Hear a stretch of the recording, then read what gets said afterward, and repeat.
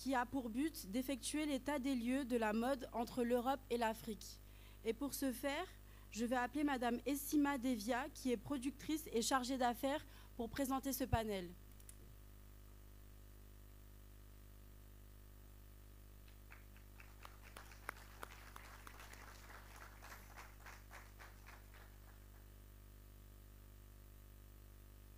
Bonjour à tous, bonjour à toutes et à tous, mesdames et messieurs. J'espère que vous avez passé un super moment jusqu'à présent. Est-ce que c'est le cas? Non, je ne vous entends pas. Je veux vous entendre. Super. Alors, on va continuer avec le panel 3, qui va justement parler sur le thème de la mode.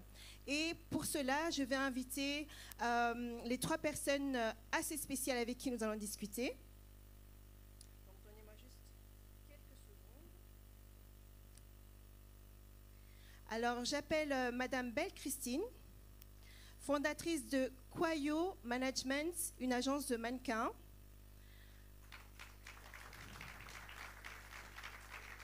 De Fustel Njoko, excusez-moi, designer et habilleur officiel d'Harry Roselmack.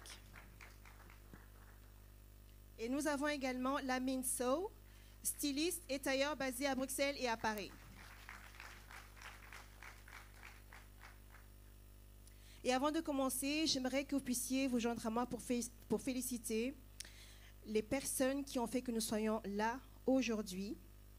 Donc,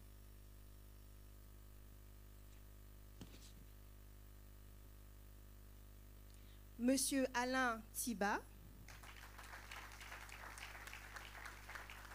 qui est l'initiateur de cet événement, et une femme qui s'appelle Madame Sheila Mukasa, qui est également la co-organisatrice de l'événement.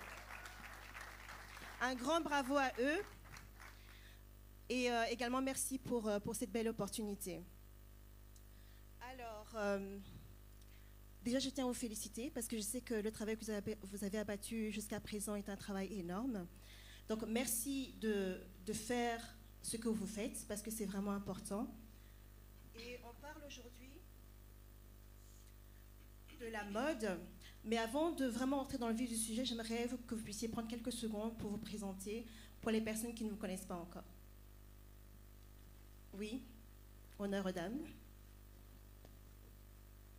Bonjour.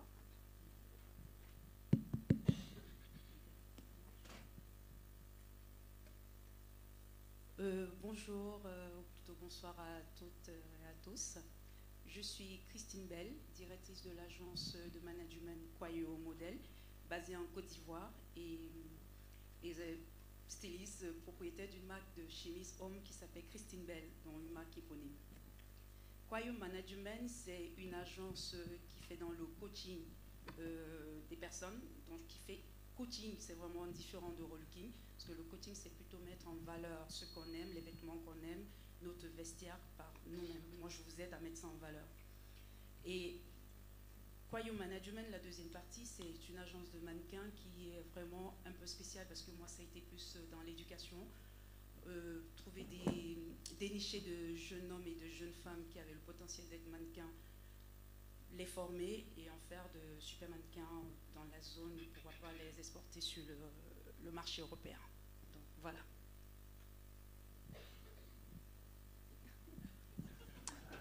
Bonjour tout le monde, Lamine Sow, donc je suis créateur et styliste. J'ai une marque éponyme de vêtements sur mesure depuis 1 an maintenant. Ça fait plus de 10 ans que je suis dans le secteur du tailoring. Qu'est-ce que je peux dire de plus? Je suis aussi styliste, j'accompagne des artistes dans des tournées ou dans des conceptions de direction artistique. Et je suis aussi conseiller en style pour différents entrepreneurs quand ils sont un peu perdus face à leur armoire. Voilà. Voilà, bonjour tout le monde, moi c'est de Fustel Njoko, directeur artistique de la marque de Fustel 1974, ou 74 pour les Français, dont le showroom est à Milan. Quand vous prenez le métro rouge, la ligne rouge, autant pour moi, je suis comment dire, spécialiste du Made in Italy, dont je suis distributeur, mais à côté de ça, la marque de Fustel est spécialisée dans la chemise et tout ce qui est périphérique. Alors, les ateliers sont en Toscane, à Florence, et depuis à peu près depuis quelques mois, sur forte demande, je viens de lancer le costume sur mesure. Et là, les ateliers sont plutôt à Montova, en Lombardie, et je sors du Cameroun pour imprimer ce qu'on appelle Trancho, mais ce que j'ai appelé private tailoring, qui a été un succès incroyable. Parallèlement à ça, je suis habilleur officiel sur TF1, donc pour l'émission 7 à 8, et organisateur de pas mal d'événements comme le Sartoria Cocktail à Florence, qui regroupe pas mal de designers lors du Petit Homo, qui est le plus grand événement de mode masculine. Également concepteur de Fustel Sartorial Week, événement de mode au Cameroun. Et il y a beaucoup de choses, donc je m'arrête là. Voilà. Merci beaucoup.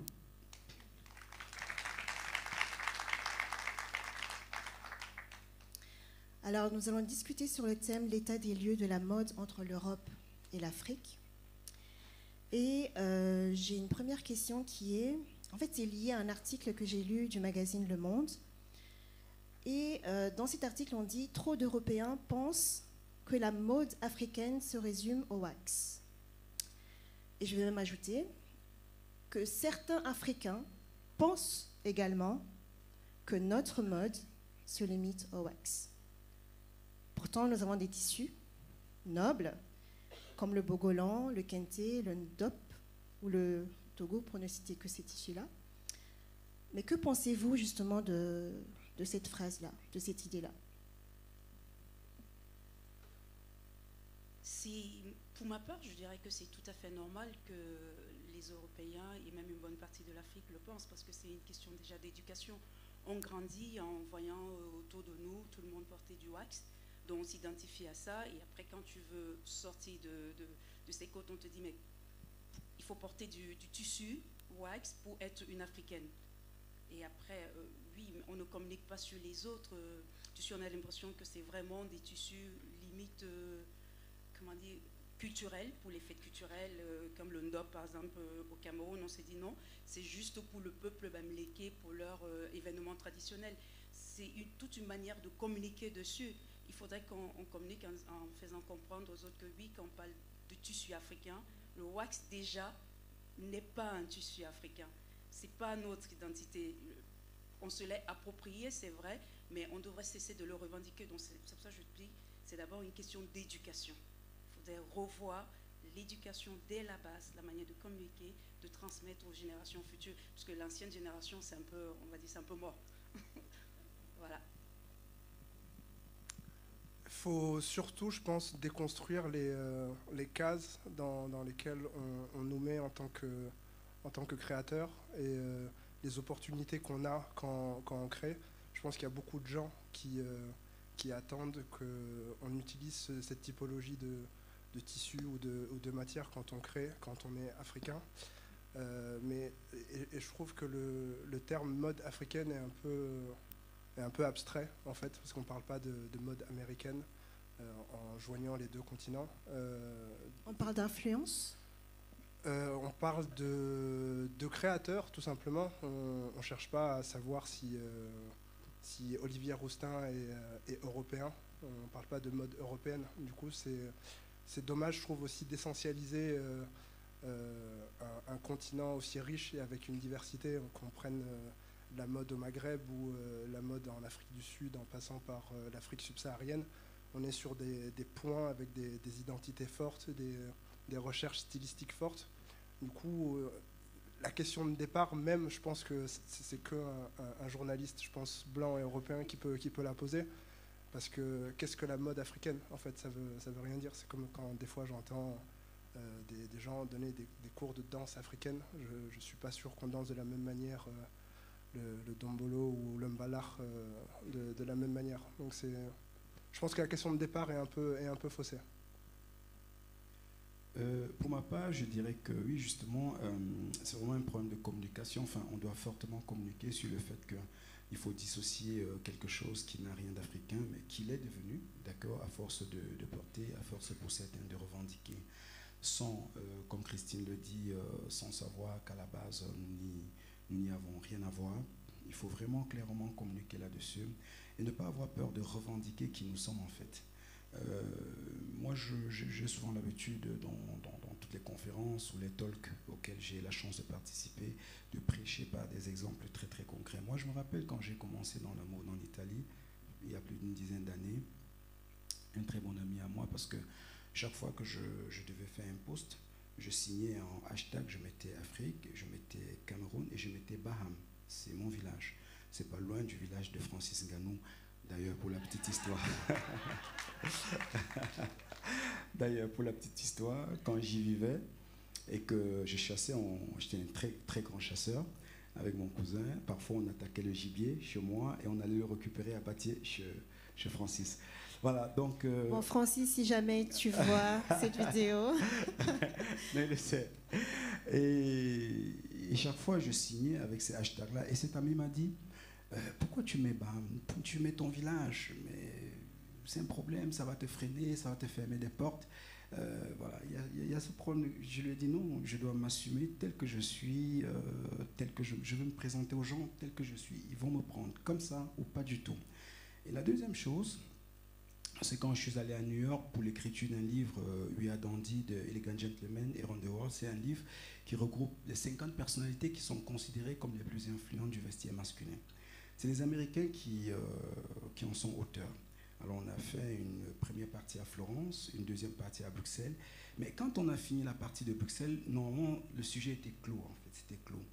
Et je me suis dit, mais j'ai pas parlé, je leur ai pas dit qui je suis. Je leur ai pas dit que je suis particulier, que je suis exceptionnel, que je suis moi. Je ne me suis pas raconté. Et j'ai pris, c'était la première fois que j'y allais d'ailleurs. Et j'ai pris mon avion, j'y suis allé et je les ai rencontrés. On a refait mon interview. Je leur ai dit, je suis né à Baham et ça doit figurer dans ce livre. Je vis entre la Belgique et l'Italie et ça doit figurer dans ce livre. Mais mon origine, ma terre, d'où je viens, doit être explicitement indiquée. Je le dis pour dire que nous ne devons pas avoir de complexe à montrer qui nous sommes à travers nos tissus, le Ndop, le Togo, le Bogolan, le Kuba du Kassai et tout ça, et sortir ces tissus-là des rites initiatiques en fait. Mais pour ça, nous avons aussi besoin de l'aide de l'État qui doit structurer, qui doit créer un environnement, parce que tout ça aussi c'est une question d'environnement. Au Burkina, ils l'ont fait à travers le Faso d'Anfouane. Aujourd'hui, l'État a régulé, l'État a fait en sorte que ce soit un tissu qui a une opération aujourd'hui d'origine contrôlée dans la contrefaçon, et ça a boosté toute une filière. On peut s'appuyer là et faire pas mal de choses pour la plupart, mais pour cela, on doit être... il faut de la volonté étatique et il faut également que nous nous approprions ces éléments-là qui font de nous qui nous sommes, bien sûr en nous inscrivant dans l'universel. Tout à l'heure, oui. Je voulais juste rajouter un mot pour compléter et dire que les frontières sont de plus en plus floues, pardon, lapsus. Les frontières sont de plus en plus floues en termes de création et que on peut aussi laisser d'autres personnes s'approprier ce genre de tissu et en faire la promotion sans crier tout de suite à de l'appropriation culturelle. Comme nous, enfin on est tous, je pense, tous les trois créateurs. Pour autant, il n'y en a aucun de nous qui a porté du wax aujourd'hui parce qu'on va chercher de la noblesse dans les tissus aussi, que ce soit en Italie ou au Japon pour du denim par exemple. Voilà, c'était juste une petite précision. D'accord. Alors tout à l'heure, Christine a parlé d'éducation et on a aussi parlé de revendication. Maintenant, on a aussi notre rôle à jouer par rapport au fait de laisser notre personnalité jaillir en fait à travers notre accoutrement. Comment on peut arriver justement, bien sûr, à ne pas... on ne va pas tout le temps attendre que ça vienne de l'État ou que ça vienne des autres personnes, mais en tant qu'individu, chacun d'entre nous ici, nous avons un rôle à jouer. Comment on peut partir de l'identification à la revendication sans pour autant comme Lamine vient de le dire, sans pour autant dire c'est ça ou rien, donc se fermer aux autres.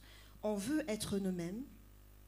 Bien sûr qu'on doit de plus en plus communiquer sur ce point-là, mais comment on peut éduquer, donc toucher la masse, revendiquer notre identité, et tout en restant ouvert aux autres? Je le redis déjà par l'éducation. Ça veut dire qu'il faut faire comprendre aux gens de ne pas avoir honte de son identité. Moi, par exemple, c'est vrai que je suis designer, je crée des chemises, mais quand j'arrive sur des salons, on s'attend à ce que je fasse des chemises afro. Je leur explique non, je suis designer africain, j'utilise le coton. Le coton vient de chez nous. Donc ça veut dire que je peux revendiquer le côté afro. C'est une question d'éducation. Fait comprendre déjà à la plupart des Africains que coton, c'est la base. Ce n'est pas tout ce qui est le type de tissu, bariolé ou pas bariolé, de wax ou pas, qui nous identifie. On peut travailler ce coton qui est notre base, à notre façon, avec les codes internationaux et être sur tous les marchés. Donc ça va se réapproprier ce qui est la base de l'industrie même. Voilà. Que dire du visuel? Parce que souvent, quand on parle des vêtements africains, il y a la couleur, il y a les formes, il y a les... que dire de ça? Parce qu'on peut partir du coton, mais il y a aussi le côté au-delà du tissu, au-delà du coton, le message. C'est dans ce sens-là que j'aimerais qu'on puisse aller. Comment faire? Oui, c'est pour ça que je dis qu'il ne faut pas s'arrêter aux motifs. Il faut qu'on casse les codes où on a l'impression que tout ce qui vient d'Afrique est bariolé. Parce que limite, un peu, moi je trouve singé. Moi je prends un exemple tout simple dans ma belle famille de fois. Quand je disais, bah, tiens, qu'est-ce que je vous ramène du Cameroun, parce que je suis du Cameroun aussi. On me dit, oui, tu nous rapportes des tissus, mais il ne faut pas prendre tout ce qui est coloré là, parce qu'on a du mal. Je leur expliquais, comme vous savez, tous les tissus au Cameroun ne sont pas colorés. Vous voyez? Oui, c'est ça, parce qu'on disait toujours, non, vous savez, ça va bien avec votre peau. Ça veut dire que c'est des cases déjà où on nous a mises. Et c'est pour ça que je reparle toujours et à nouveau d'éducation. Il faut faire comprendre aux autres que ce n'est pas ça. Et c'est vrai que si tu arrives, tu expliques simplement comme ça, la personne ne va pas comprendre. C'est vraiment un long cheminement. Je ne sais pas si je m'exprime assez bien. C'est vraiment un long cheminement qui consiste déjà, qui commencerait par nous, les Africains. Je le dis, il ne faut pas... Quand on va sur tous les salons afro, qu'est-ce qui est mis en avant? C'est le wax. Oui. C'est tous les trucs wax ou alors tout ce qui est produit pour nos cheveux. Mais quand on parle de textile, c'est wax. Moi, j'ai encore fait l'exemple le week-end dernier où j'ai participé à un salon. J'étais la seule designer afro qui ne faisait pas du wax. Et les gens, ils étaient surpris. On me dit, ah oui, mais tu fais des chemises, c'est différent. Je dis, oui, mais je ne suis pas obligée d'avoir des trucs avec 15 000 couleurs, limite de fois qui font mal aux yeux, pour m'identifier comme africaine. Mais c'est ça, il faut expliquer le processus et comprendre vraiment. Déjà, nous-mêmes, comme j'explique, comprendre que non, nous ne sommes pas, on ne doit pas être réduit à ça, en fait. Voilà. Donc, il faut travailler sur d'autres motifs. Au Burkina, pareil, il parlait tout à l'heure. Quand vous regardez, même en Côte d'Ivoire, moi j'ai vécu longtemps en Côte d'Ivoire, dans le nord de la Côte d'Ivoire, vous avez des dessins où c'est juste vous avez des tissus où c'est juste des dessins très simples, c'est des tissus blancs. Voilà, pourquoi toujours mettre autant de couleurs? Parce qu'on a grandi avec, parce qu'on s'identifie à ça, mais il est temps peut-être de casser les côtes. Voilà. D'aller plus vers la sobriété? Pas totalement vers la sobriété, mais ça peut être plus light. Ça peut être plus light et tout, voilà. Lamine? Il y a plusieurs points. Je pense que c'est une espèce de leitmotiv, je crois, qu'il y a dans cette journée. C'est de changer un peu le narratif dans la manière dont on raconte l'histoire, sortir effectivement de ce genre de cases dans lesquelles on nous met. Et pour répondre à la question, je pense qu'il y a une histoire de pertinence culturelle. Et il faut que ça soit aussi, faut que ça s'inscrive dans une temporalité. Il faut que ça soit dans qu'est-ce que les gens, et par exemple les jeunes, ou attendent de la mode aujourd'hui. Et en racontant l'histoire différemment et en répondant à des questions d'aujourd'hui, il y a peut-être des gens qui s'attendent à avoir un peu plus de minimalisme, par exemple dans les motifs, dans les couleurs, dans les volumes. avoir des choses différentes et un peu contemporaines, par exemple. Et du coup, tout de suite, on switch et on déplace un peu le débat. Il y a à boire et à manger, hein. Je pense que il n'y aura jamais de diktat à ce niveau-là, c'est-à-dire que vous ne trouverez jamais, c'est à l'exemple de cette salle, les gens sont habillés différemment, dans des drapés complètement, enfin, tous élégants, mais différents sur le plan chromatique. Pourtant, il n'y a pas de consigne qui a été donnée que les gens s'habillent de telle ou de telle autre façon. Nous sommes dans un monde très très globalisé et de plus en plus globalisé et complètement ouvert. Vous savez, l'exemple, c'est par exemple T. Michael, d'accord, qui est un designer d'origine ghanéenne, norvégien d'origine ghanéenne, et qui s'inspire carrément de l'univers japonais, minimaliste, et même sur le plan chromatique, qui fait des tenues extraordinaires. Mais il est tout ce qu'il y a de plus africain, je veux dire, vraiment très beau, racé, voilà. Pourtant, si tu ne regardes que ce qu'il fait, lui, comme création, tu ne dirais pas que c'est un Africain qui est derrière. Donc, ce que j'ai envie de dire, c'est que il faut laisser les gens faire ce qu'ils ont envie de faire. Ce n'est pas par des slogans qu'on va changer les choses. Si on veut imposer nos éléments culturels, comme nos tissus et tout, il faut, une fois de plus, une certaine volonté de la part de nos dirigeants en créant un écosystème qui permette à le faire. Et à ce moment-là, l'industrie va se mettre en route et rendre, entre guillemets, glamour nos tissus, d'accord? Parce que c'est aussi ça la question, en fait. Rendre nos matières premières, enfin, oui, nos matières premières portables, entre guillemets. C'est-à-dire que ici en été, on peut très bien voir quelqu'un, un blanc, porter du faso d'Anfani, que ça ne devrait pas offusquer. Mais pour ça, il faut que ce soit travaillé autrement. Le ndok, pareil. Nous, on porte des tissus qui viennent du Japon, qui viennent d'Italie, qui viennent de France ou d'Angleterre, pour beaucoup aussi, parce que c'est une grosse industrie, sans que ça pose problème. Mais il y a eu tout un travail là derrière. Donc, oui, on fait un élément de revendication, mais ça ne doit pas être un diktat parce que les gens doivent être libres de faire ce qu'ils veulent. C'est comme quand je le disais encore à la télé camerounaise, quand je me positionne en termes de pricing, on me dit oui, mais tes créations, c'est pas fait pour tout le monde. Le commun du Camerounais ne peut pas se l'approprier, enfin, l'acquérir. J'ai dit oui, c'est normal. C'est pas fait pour le commun du Camerounais, c'est fait pour une certaine classe de personnes. Et c'est comme ça. J'aurais fait peut-être 2 fois moins cher, que vous trouverez toujours à dire que le plus bas revenu camerounais ne peut pas se l'acquérir. Mais c'est un positionnement. C'est pas fait pour tout le monde. Tout comme c'est pas tout le monde qui aime telle ou telle couleur. C'est pas tout le monde qui aime aujourd'hui, de plus en plus, il y a les costumes africains. Voilà, c'est très très revendiqué, même par des hommes d'affaires. Il y a même des gens qui ont carrément jeté le costume. Donc ils sont revenus un peu à la philosophie de Mobutu, à la Bacoste, à bas le costume. Ils ont adopté le costume africain et c'est très bien comme ça. Il y a des gens qui viennent me voir, ah, monsieur de Fustel, mais vos costumes c'est magnifique, c'est beau, machin, mais je ne porte plus ça. Ok, mais j'ai vendu par exemple au représentant de Kia Motors au Cameroun, je vais dans son bureau, je prends ses mesures, il dit je ne porte plus de costume du tout, depuis 10 ans c'est fini. Moi maintenant, ce n'est que des costumes africains, j'ai dit très bien, mais j'ai un col Mao que je vous propose. Le col Mao, ça se rapproche un peu à ce que, voilà, et tout de suite, il a pris un col Mao. Donc je veux dire, il ne faut pas bousculer les gens dans ce qu'ils font, les choses se font doucement et chacun à sa manière, parce qu'il ne faut pas prendre la globalité, chacun individuel, chacun s'exprime avec ses propres codes, et c'est très bien comme ça. D'accord.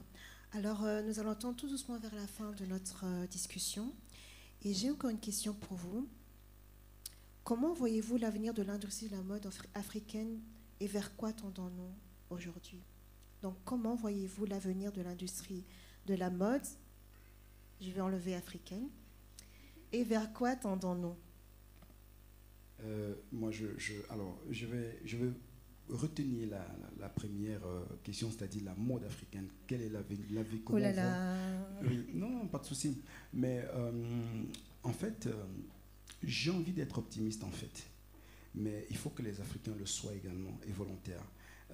Un événement comme celui-ci est très important. Vous voyez, le segment de la mode occupe 20 minutes, à 20 minutes. Pourtant, tout est mode, en fait. Vous voyez, c'est une industrie tellement importante. en 2017, la Banque africaine de développement a commis une étude qui disait simplement que le secteur de la mode, si elle était soutenue, financée, si on y mettait un peu de volonté, il serait le deuxième derrière l'agriculture, pourvoyeur de croissance, de richesse et d'emploi. Vous voyez, quand vous vous déplacez sur le continent, le secteur de la mode a une énergie, draine une énergie exceptionnelle. Je ne me déplace jamais dans aucun pays sans faire de conférence parce que les jeunes veulent me rencontrer pour avoir des conseils, savoir comment faire et tout et tout. En juillet, j'ai dû créer 2 spots de rencontre. Un spot à Douala, un spot à Yaoundé, pour rencontrer les jeunes, pour prodiguer des conseils. Le mois passé, il y a une semaine, on m'en a encore demandé au Cameroun, mais je n'avais pas le temps et je veux le faire en ligne. Non, nous-mêmes, on doit prêcher par l'exemple. Tout est mode. Regardez dehors, sur les stands, il y en a peut-être 6 ou 7, mais la plupart concernent le secteur de la mode. Ou du luxe, parce que même tout ce qui concerne cheveux et tout, c'est un ensemble. Mais on a 20 minutes pour parler de mode. C'est juste pour dire aux organisateurs la prochaine fois. Je comprends, mais c'est pour dire que, je comprends Alain, je comprends, mais c'est pour dire que l'exemple doit d'abord venir de l'importance que nous mettons, d'accord, Merci débattre, beaucoup. à trouver les problèmes, à mettre sur la table des solutions, d'accord, pour implémenter une vraie industrie. Et c'est par des événements comme ça, par des cercles de réflexion, mais on doit donner du temps à cette industrie-là.